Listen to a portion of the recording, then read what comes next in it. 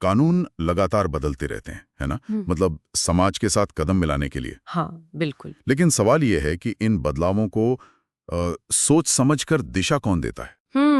तो आज हम बात कर रहे हैं भारत के विधि आयोग की, लॉ कमीशन ऑफ इंडिया। जी। यही वो संस्था है जो हमारे कानूनों को परखती है और वक्त के हिसाब से सुधार सुझाती है। बिल्कुल। और ये जानकारी हमें मिले दस्तावेजों से है जो विधि आयोग के बारे में ही विस्तार से बताते हैं। हाँ। आज का मकसद है समझना कि ये आयोग क्या है, इसका इतिहास क्या रहा है, कैसे काम करता है और हाँ, इसकी भूमिका कितनी महत्वपूर्ण है। तो चलिए इसे जरा खोलते हैं। हाँ, तो देखिए, ये जो विधि आयोग है, ये मूल रूप से एक सलाहकार निकाय है। सलाहकार? जी, सलाहकार।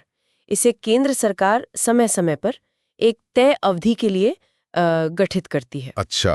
और सबसे महत्वपूर्ण बात यह है कि ये गैर संविधिक है, मतलब नॉन स्टैट्यूटरी। गैर संविधिक मतलब इसे संसद के किसी कानून से नहीं बनाया गया है और ना ही ये संविधान का कोई स्थायी हिस्सा है। ये सरकार के कार्यकारी आदेश से बनता है। ओह, अच्छा। तो मतलब ये सिर्फ सलाह देते हैं, सरकार पर इनकी सलाह मानना जरूरी नहीं होता, ऐसा है क्या? बिल्कुल सही कहा आपने। ये सलाहकार हैं। इनकी जो सिफारिशें होती हैं वो सरकार के लिए बाध्यकारी यानी बाइंडिंग नहीं होती। इनका मुख्य काम है कानूनों का समेकन, मतलब कंसोलिडेशन, और संहिताकरण यानी कोडिफिकेशन के लिए सुझाव देना। सरल भाषा में कहें तो मौजूदा कानूनों को सरल बनाना, पुराने या गैर जरूरी कानूनों को हटाने का सुझाव देना और जरूरत पड़ने पर नए कानूनों का मसौदा तैयार करने में मदद करना। समझ गया। पर ये कब से है? इसका इतिहास कितना पुराना है? क्या आजादी से पहले भी था कुछ ऐसा? हाँ, इसका इतिहास तो काफी दिलचस्प है और ये ब्रिटिश काल तक जाता है। देखिए, 19वीं सदी में 4 विधि आयोग बने थे। अच्छा। ब्रिटिश टाइम पर। जी हाँ, पहला बना था 1834 में और उसके अध्यक्ष थे लॉर्ड मैकॉले। काफी मशहूर नाम है। हाँ, सुना है। उनकी टीम ने ही Indian penal code, criminal procedure code जैसे कई अहम कानूनों का ड्राफ्ट तैयार करने में बहुत मदद की थी। अरे वाह। फिर दूसरा 1853 में, तीसरा 1861 में, दोनों के अध्यक्ष सर जॉन रोमिली थे, और चौथा 1879 में डॉक्टर विटनी स्टोक्स की अध्यक्षता में बना। इन सब ने भारतीय कानूनों को शक्ल देने में अहम भूमिका निभाई। तो मतलब आजादी से पहले भी ये काम चल रहा? हाँ। फिर आजादी के बाद जब हमारा अपना संविधान लागू हुआ तब क्या हुआ? हाँ, आजादी के बाद देखिए, संविधान का आर्टिकल 372 जो है, उसने कहा कि पुराने कानून तब तक लागू रहेंगे जब तक उन्हें बदला या हटाया ना जाए। ओके। लेकिन जाहिर है, नए भारत की जरूरतें अलग थीं, देश बदल रहा था, और साथ ही संविधान में जो मौलिक अधिकार दिए गए, फंडामेंटल राइट्स, और राज्य के नीति निदेशक तत्व, directive principles of state policy, हाँ, जो बताते हैं कि सरकार को क्या करना चाहिए, बदला जाए। तो फिर स्वतंत्र भारत का पहला विधि आयोग कब बना? इसी जरूरत को समझते हुए स्वतंत्र भारत का पहला विधि आयोग 1955 में गठित हुआ, 3 साल के लिए। अच्छा, 1955 में? जी। और इसके अध्यक्ष थे भारत के पहले attorney general Shri MC Setalvad. Okay. और तब से लेकर अब तक फरवरी 2024 तक की जानकारी के हिसाब से 22 विधि आयोग गठित हो चुके हैं। जैसे दूसरे अध्यक्ष जस्टिस TV वेंकटरामा अय्यर थे, और हाल ही में जो 22वां आयोग था, जिसका कार्यकाल अगस्त 2024 तक बढ़ाया गया था, उसके अध्यक्ष जस्टिस ऋतुराज अवस्थी रहे। तो ये तो एक सिलसिला है जो चला आ रहा है। अब ये बताइए कि इस आयोग में कौन लोग होते हैं? क्या सदस्य हमेशा फिक्स होते हैं? इनकी बनावट कैसी होती है? नहीं, संरचना हर बार थोड़ी बदल सकती है, ये बिल्कुल तय नहीं है। पर हाँ, आमतौर पर एक अध्यक्ष होते हैं। जी। ये अध्यक्ष सुप्रीम कोर्ट या किसी हाई कोर्ट के सेवारत या रिटायर्ड जज हो सकते हैं, या फिर कोई बहुत जाने माने कानूनी विशेषज्ञ। ठीक है। उनके साथ कुछ पूर्णकालिक सदस्य होते हैं, फुल टाइम मेंबर्स। एक सदस्य सचिव होते हैं, मेंबर सेक्रेटरी, जो अक्सर इंडियन लीगल सर्विस से होते हैं। ओके। और फिर कुछ अंशकालिक सदस्य भी होते हैं, पार्ट टाइम मेंबर्स। ये आमतौर पर बार के प्रतिष्ठित वकील, जाने माने प्रोफेसर या किसी खास कानूनी क्षेत्र के विशेषज्ञ हो सकते हैं। अच्छा, मतलब अलग अलग फील्ड से लोग आते हैं इसमें? जी हाँ, ताकि अलग अलग दृष्टिकोण मिल सके। और हाँ, आयोग का अपना एक रिसर्च स्टाफ भी होता है जो रिसर्च वगैरह में मदद करता है। ठीक है, तो ये तो हो गई बनावट। अब आते हैं काम पर। ये आयोग असल में करता क्या है? क्या एक कानून बनाता है? नहीं, कानून बनाता नहीं। जैसा मैंने कहा, ये सलाहकार है, ये सुझाव सुझाता है, नींव रखता है सुधारों की। और जिन्हें निरस्त किया जा सकता है, मतलब रिपील किया जा सकता है। एक तरह से कानूनी किताबों की सफाई। हाँ, बिल्कुल कह सकते हैं।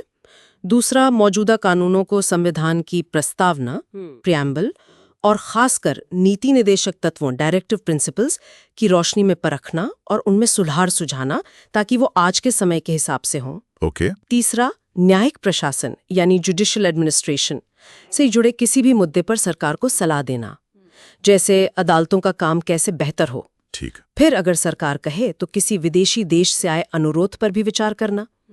और एक बहुत जरूरी काम, गरीबों को न्याय दिलाने में मदद करने वाले उपाय सुझाना, मतलब जस्टिस एक्सेसिबिलिटी। हाँ, ये तो बहुत जरूरी है। और आखिर में केंद्र सरकार के जो कानून है, सेंट्रल एक्ट्स, उनको रिवाइज करके सरल बनाना, उनमें जो अस्पष्टताएं हैं, एम्बिग्विटीज हैं या विसंगतियां हैं, इनइक्वालिटीज हैं, उन्हें दूर करना। काफी सारे काम है। अच्छा, ये काम करते कैसे हैं ये लोग? मतलब क्या प्रक्रिया होती है? क्या बस कुछ लोग मीटिंग करके रिपोर्ट बना देते हैं? अब ये बात दिलचस्प है। नहीं, ऐसा नहीं है। एक पूरी व्यवस्थित प्रक्रिया है। बताइए। पहले तो आयोग अपनी बैठकों में तय करता है कि किन प्रोजेक्ट्स पर काम करना है, प्राथमिकताएं क्या होंगी। ठीक है। फिर सदस्यों को विषय सौंपे जाते हैं। उसके बाद डेटा और रिसर्च इकट्ठा किया जाता है। काफी गहराई से अध्ययन होता है। इसके आधार पर एक वर्किंग पेपर तैयार होता है। इसमें मुद्दे क्या हैं और शुरुआती सुझाव क्या हो सकते हैं, ये सब होता है। ओके। और फिर आता है सबसे अहम हिस्सा। इस पेपर को सार्वजनिक चर्चा के लिए, पब्लिक सर्कुलेशन के लिए जारी किया जाता है और संबंधित हित समूहों, मतलब कंसर्न्ड इंटरेस्ट ग्रुप्स को भी भेजा जाता है। अच्छा, मतलब आम लोगों और एक्सपर्ट्स की राय ली जाती है? बिल्कुल, उनकी राय ली जाती है, सुझाव मांगे जाते हैं। फिर जो भी सुझाव आते हैं उनका मूल्यांकन होता है और जो जरूरी बातें होती हैं उन्हें रिपोर्ट में शामिल किया जाता है। इसके बाद पूरी कमीशन, मतलब सभी सदस्य मिलकर लंबी बैठकों में रिपोर्ट की गहन जांच करते हैं। क्लोज स्क्रूटनी होती है। काफी लंबा काम है। जी हाँ। और जब सब सहमत हो जाते हैं तब जाके फाइनल रिपोर्ट तैयार होती है, जिसे कानून और न्याय मंत्रालय, ministry of law and justice को भेजा जाता है। और फिर मंत्रालय उस पर एक्शन लेता है? मंत्रालय उस रिपोर्ट पर विचार करता है। वो जरूरत पड़ने पर दूसरे संबंधित मंत्रालयों से भी सलाह मशवरा करता है और फिर तय करता है कि सिफारिशों पर क्या करना है। आपको अंदाजा है, अकेले 21वीं आयोग ने ही 277 रिपोर्टें सौंपी थी। 277? बाप रे! जैसे कुछ उदाहरण हैं क्या इन रिपोर्ट्स के? हाँ, जैसे 21वें आयोग की कुछ रिपोर्ट्स थीं। हेट स्पीच पर, ह्यूमन डीएनए प्रोफाइलिंग बिल पर, ट्रिब्यूनल्स के कामकाज के आकलन पर, काफी महत्वपूर्ण विषयों पर इन्होंने काम किया है। वाकई? तो इन सब का मतलब क्या निकलता है? मतलब इनका रोल, इनका योगदान कितना अहम है? So what does this all mean? हाँ, देखिए, इनका रोल बहुत महत्वपूर्ण है। ये सरकार को एक विशेष निकाय, एक स्पेशलाइज्ड बॉडी से सिफारिशें मुहैया कराते हैं। ये वो काम करते हैं जिसके लिए शायद सरकार के पास रोजमर्रा के कामों के बीच उतना वक्त या विशेषज्ञता न हो। सही बात है। ये न्याय वितरण प्रणाली, जस्टिस डिलीवरी सिस्टम में सुधार लाने, मामलों में देरी खत्म करने और मुकदमेबाजी, लिटिगेशन का खर्च कम करने के लिए अध्ययन करते हैं और सिफारिशें देते हैं। हाँ। इन्होंने देश में कानूनों के प्रगतिशील विकास यानी प्रोग्रेसिव डेवलपमेंट और संहिताकरण, कोडिफिकेशन में वाकई बहुत बड़ा योगदान दिया है। ये एक तरह से कानून के क्षेत्र में सरकार के लिए थिंक टैंक का काम करते हैं। सही कहा, थिंक टैंक। तो ये थी भारत के विधि आयोग पर हमारी आज की चर्चा। और ये बिल्कुल साफ है कि कानून कोई पत्थर की लकीर नहीं होते, उन्हें समाज के साथ बदलना ही होता है, चलना ही होता है। बिल्कुल। और विधि आयोग इसी बदलाव को एक सोची समझी राह दिखाने का काम करता है। बेशक उसकी सलाह बाध्यकारी ना हो, पर उसका वजन होता है। हाँ, वजन तो होता है। What's fascinating here is ये संतुलन। एक विशेषज्ञ संस्था सलाह दे रही है, लेकिन अंतिम फैसला चुनी हुई सरकार का है। ये लोकतांत्रिक प्रक्रिया का हिस्सा है। बिल्कुल। और ये हमें एक सवाल पर सोचने के लिए भी छोड़ जाता है कि अगर सिफारिशें बाध्यकारी नहीं हैं, तो फिर उनकी प्रभावशीलता, उनकी इफेक्टिवनेस को कैसे सुनिश्चित किया जाए? कैसे ये तय हो कि उनकी अच्छी सलाहें ज्यादा प्रभावी ढंग से लागू हों? हाँ, ये एक बहुत ही अहम सवाल है जिस पर हमेशा विचार किया जा सकता है और शायद किया भी जाता होगा। निश्चित रूप से एक विचारणीय प्रश्न है।